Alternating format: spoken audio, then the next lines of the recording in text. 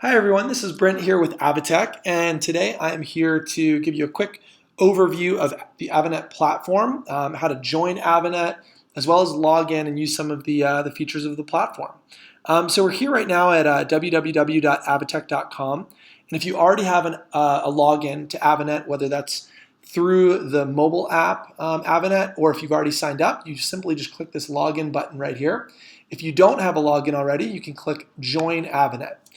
So I'm going to click right into that, and it's going to take me to a sign-up page where you can fill out your name, email, password, and then here you can also say whether you're a snow safety professional, such as a ski patrol, a guide, forecaster, snow scientist, or if you're a recreationalist, like a backcountry skier, snowmobiler, mountaineer, or otherwise. So I already have a login, so I'm just going to click this button and type in my login information.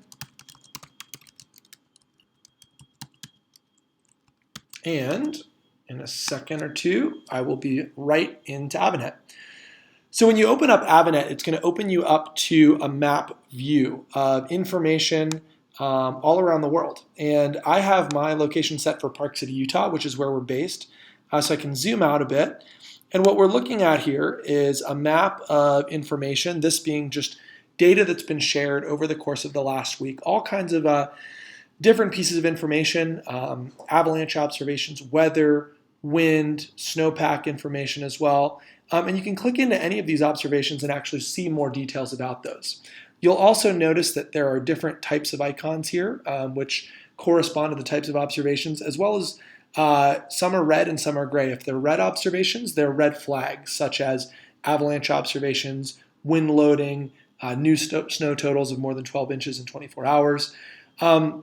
And essentially, you can click into any of those observations as you see fit.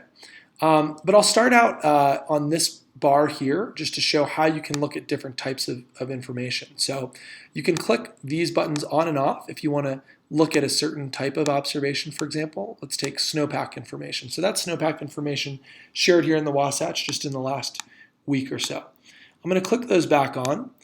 And I can also look at information based on time. So the last 24 hours, 48 hours, 72 hours, the last month, the last year, whatever it might be.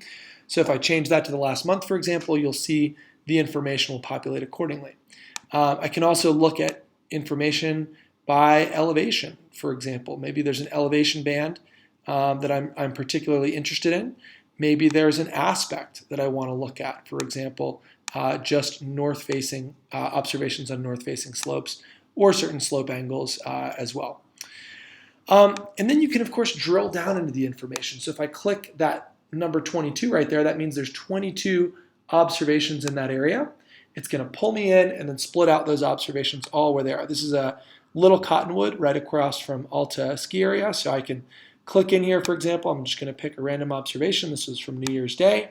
And it's an avalanche observation, an R1, D1, some notes on this, wind slabs on north-facing aspects here, and I can actually click in and see some of the media associated with this observation, which is pretty neat.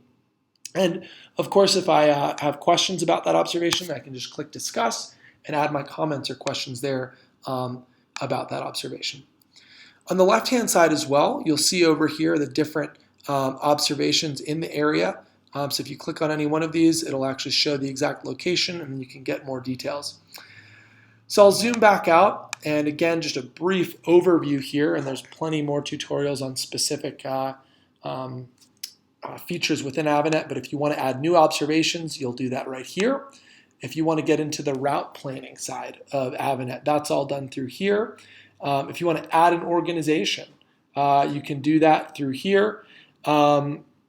And there's plenty more that we'll dive into in some other tutorials, but just wanted to give everyone a brief overview of the platform. And thank you for tuning in.